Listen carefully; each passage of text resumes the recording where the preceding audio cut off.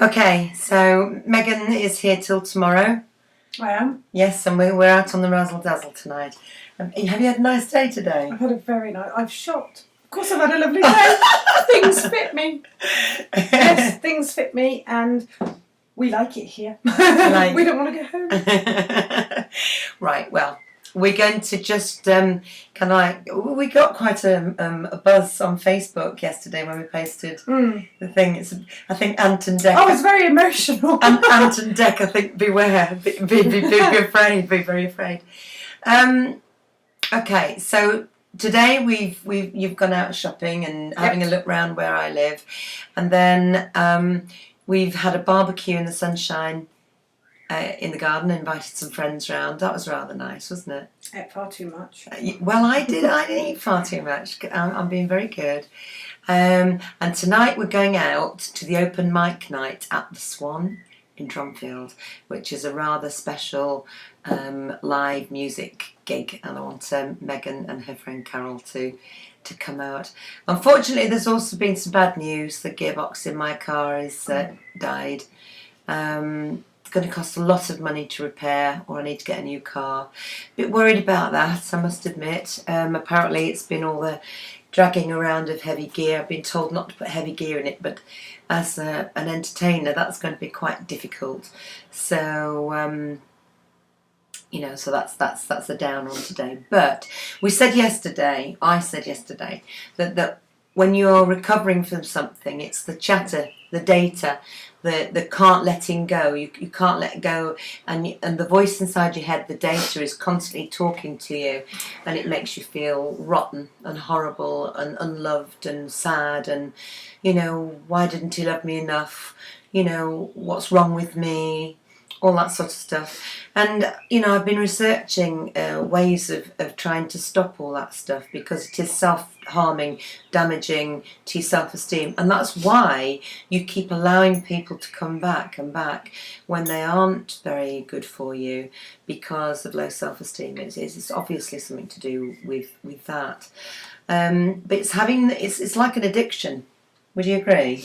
Very much so. Yeah, and it's an like obsession. Yeah, and it's like you have to wean yourself off the person. And one of the ways that I've researched and I've been trying, and it's been really working.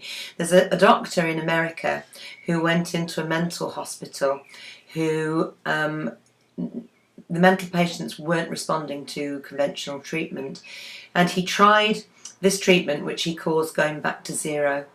And it's going back to having zero data in the subconscious, because what he's saying is matter, antimatter, yin yang, giving out, coming back, cause and effect, all of that has a basis. And it's scientifically they're finding things like water has memories. There are patterns of things when things are dropped into water. They're finding out that energy can actually be photographed.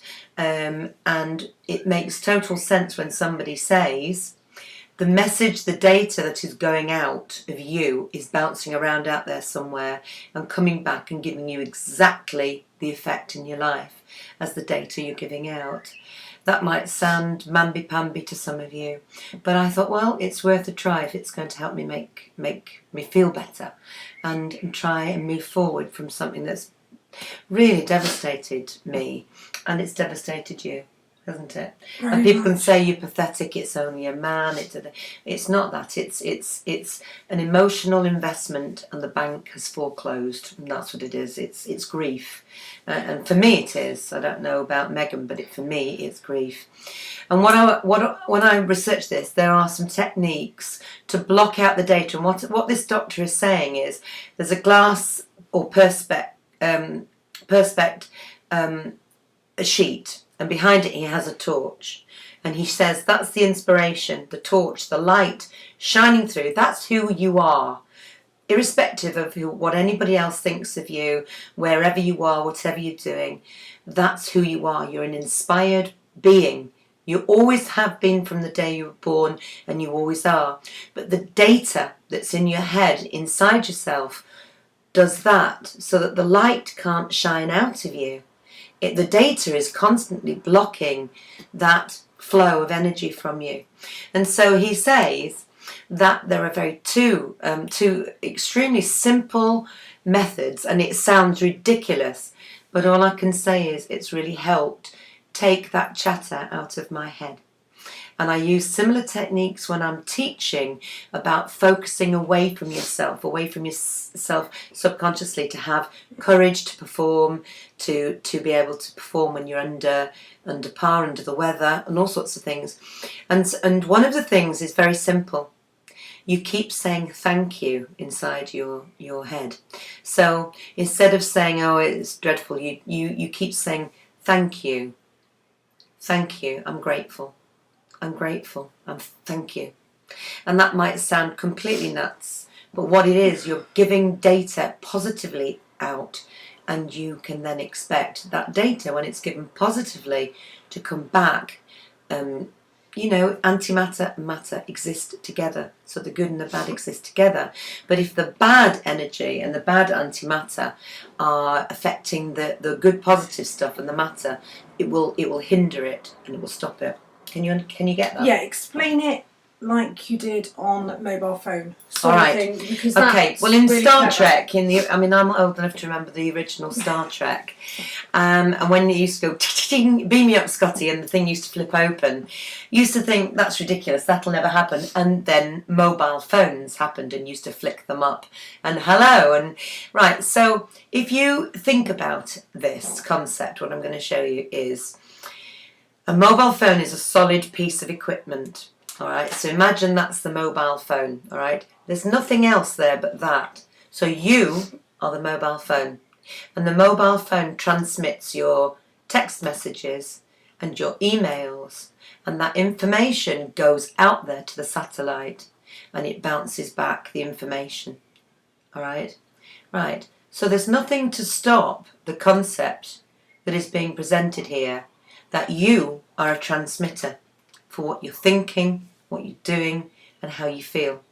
So if you consider yourself to be the mobile transmitter, your thoughts, your deeds, your actions, your text messages that you're sending out to the cosmos, the universe, God, whatever you prefer to think of it, the energy that you're sending out, if that is consistently, I'm not good enough, or that's going to happen to me, that's not going to be good, then that is what is being transmitted out there, and that is what is going to come back to you.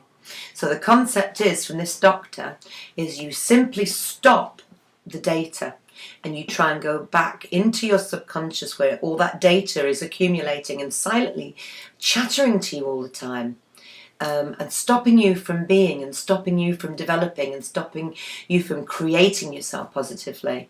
Right, so you're going back to zero data, no data, never mind bad data, no data. And if you can reach that place, then nothing is going out there, so everything is possible to come back to you.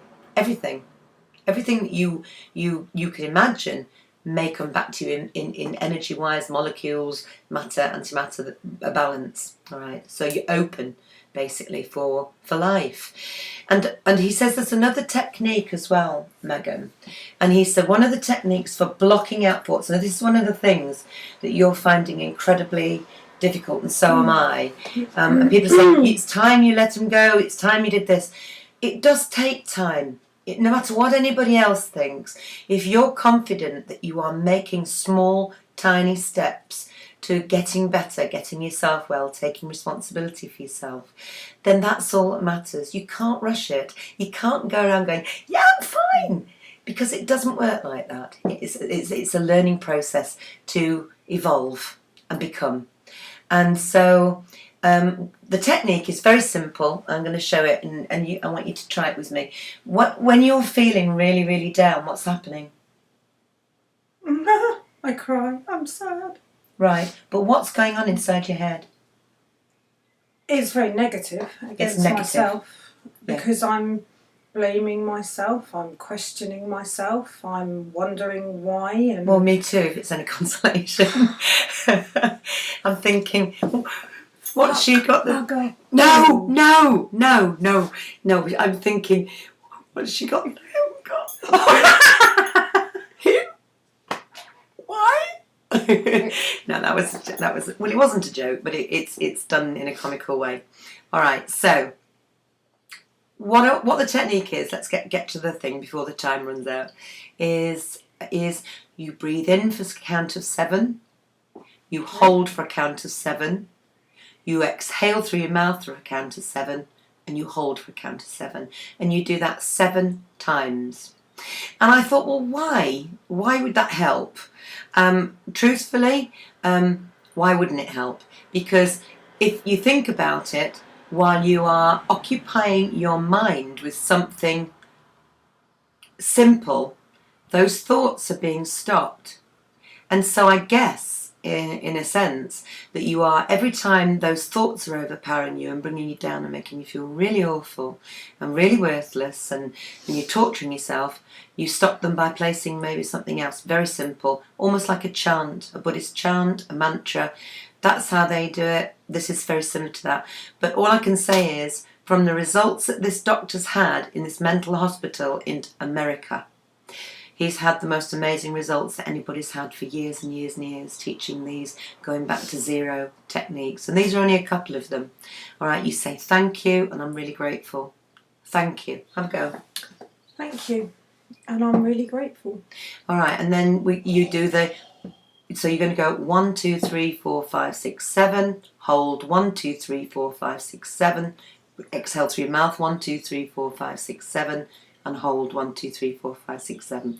Some of you might think it's a load of nonsense and mamby-pamby, but I can say that in the past 2 days I've used these techniques after researching them and going further into them, and have a look at the difference in 2 days. I feel more centred, less haggard, less devastated, and I do feel it's his loss. Because, and I feel it's yours loss, because we're good people, we're loving, we're intelligent, we're giving, and that counts for an awful lot in a world where so many people don't give a toss, they don't care, and and I think we look pretty hot tonight actually as well. I'm going to be. Yeah, I think we do. I think we look pretty hot tonight. So let's both do it. 7 times you do it.